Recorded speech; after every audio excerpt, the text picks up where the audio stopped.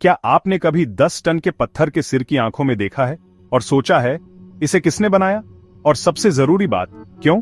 Mesoamerica के जंगलों में प्राचीन दुनिया के कुछ सबसे रहस्यमय अवशेष हैं। अफ्रीकी फीचर्स, हेलमेट और एक ऐसी निगाह वाले विशाल पत्थर के सिर जो समय को छेदते हुए लगते हैं। ये ओल्मेक हेड्स हैं और इनका अस्तित्व जवाबों से ज्यादा सवाल खड़े करता है। आज इकोज ऑफ टाइम पर हम ओल्मेक सभ्यता के रहस्य में उतरते हैं और पूछते हैं वे असल में कौन थे और उन्होंने पत्थर में ऐसे स्मारकीय चेहरे क्यों छोड़े। कहानी 3000 साल से भी पहले की है, जो अब मेक्सिको का गल्फ कोस्ट है। एज़टेक से बहुत पहले, माया से पहले ओल्मेक पनप रहे थे। उन्हें अक्सर मेसोअमेरिका की मातृ सभ्यता कहा जाता है। लेकिन एक इतनी उन्नत सभ्यता अपने समय से इतनी आगे सिर्फ विशाल सिरों को अपनी मौन विरासत के रूप में छोड़कर कैसे गायब हो गई? इन विशाल सिरों में से 17 अब तक खोजे जा चुके हैं। विशाल बेसाल्ट पत्थरों से तराशे गए हर सिर का वजन 6 से 40 टन के बीच होता है। जरा सोचिए, न कोई पहिए, न कोई धातु के औजार, न कोई बोझ ढोने वाले जानवर, बस शुद्ध इंजेन्युइटी। लेकिन इससे भी ज्यादा फैसिनेटिंग बात है डिटेल। हर सिर की अलग अलग फीचर्स हैं, जिससे पता चलता है कि ये सिर्फ आर्टिस्टिक सिंबल्स नहीं थे, ये पोर्ट्रेट्स थे।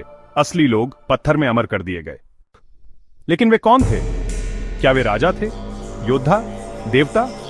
कुछ शोधकर्ताओं का मानना है कि वे पूजनीय शासक थे, जिन्हें मृत्यु के बाद भी अपनी शक्ति बनाए रखने के लिए अमर कर दिया गया था।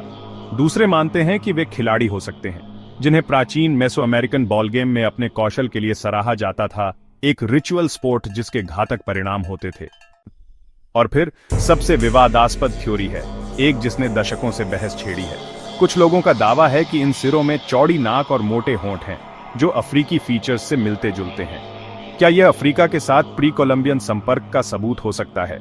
मेन स्ट्रीम आर्कियोलॉजी कहती है नहीं, कोलंबस से पहले किसी भी ट्रांस ओशनिक संपर्क के सबूतों की कमी का हवाला देते हुए। लेकिन सिर वहीं रहते हैं, शांत, विशाल और अनजाने।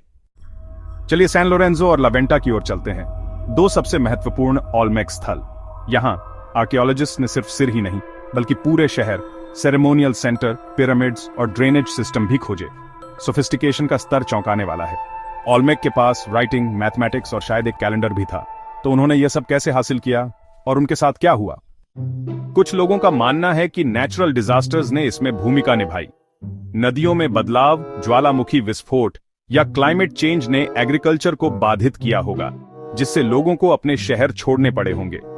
दूसरे सोचते हैं कि इंटरनल कॉन्फ्लिक्ट या इन्वेजन से उनका पतन हुआ होगा। लेकिन लिखित रिकॉर्ड के बिना हमारे पास सिर्फ आर्टिफैक्ट्स और अनुमान बचते हैं। और सिर, उनका मकसद अभी भी अज्ञात है। कोई शिलालेख नहीं, कोई स्पष्ट प्लेसमेंट पैटर्न्स नहीं, बस विशाल पत्थर के चेहरे, अक्सर दबे हुए या जानबूझकर छिपाए गए। क्या वे रिलीजियस रिचुअल्स का हिस्सा थे?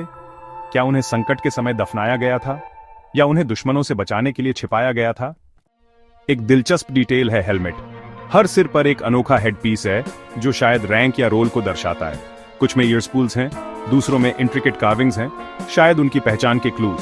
और फिर भी हर सिर की इंडिविजुअलिटी के बावजूद वे सभी एक ही शांत, शक्तिशाली एक्सप्रेशन साझा करते हैं, जैसे वे किसी चीज या किसी पर नजर रख रहे हों। चलिए प्योर लॉजिस्टिक्स को न भूलें। 50 मील से अधिक इन विशाल पत्थरों को बिना पहियों के ट्रांसपोर्ट करना असंभव लगता है। फिर भी ओल्मेक ने यह किया। उन्होंने शायद नदियों पर राफ्ट्स का इस्तेमाल किया होगा और खींचने के लिए लॉग्स का ऐसे तरीके जिनमें ऑर्गेनाइज्ड लेबर, प्लानिंग और लीडरशिप की जरूरत थी। इससे भी ज्यादा फैसिनेटिंग बात यह है कि ओल्मेक ने क्या विरासत छोड़ी। उनकी कला, धर्म और यहां तक कि किंगशिप की अवधारणाओं ने बाद की सभ्यताओं जैसे माया और एज़टेक को प्रभावित किया। फिर भी ओल्मेक खुद रहस्य में डूबे हुए हैं। कोई नहीं जानता कि वे खुद को क्या कहते थे या वे कौन सी भाषा बोलते थे। तो हम ओल्मेक हेड्स के बारे में वास्तव में क्या कह सकते हैं? वे पत्थर से कहीं ज्यादा हैं। वे मैसेजेस हैं, वार्निंग्स, सिंबल्स ऑफ पावर।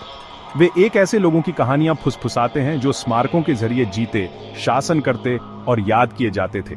अपनी चुप्पी में वे हमें सुनने, अतीत में और गहराई से देखने की चुनौती देते हैं। क्या वे गार्डियन हैं?